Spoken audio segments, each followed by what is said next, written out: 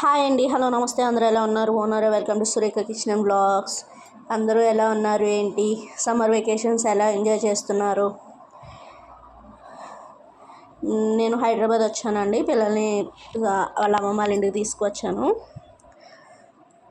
బయటికి తీసుకెళ్ళాం అనమాట. ట్యాంక్ బండ్ దగ్గర, రింగ్ రోడ్ దగ్గర సమ్మర్ ఎగ్జిబిషన్ అని పెట్టారు. సమ్మర్ ఉత్సవ మేళా అని. అక్కడ అన్నీ తిరిగి అన్నీ చూసిన తర్వాత లేట్ అయిపోయిందని, పిల్లలకి ఆకలేస్తుందని ఫుడ్ తీసుకుందామని వెళ్తే అసలు చెత్త ఫుడ్ అండి బాబు, స్మెల్ వస్తుంది. ఇదేంటని అడిగి 2 times బ్యాక్ పంపాను.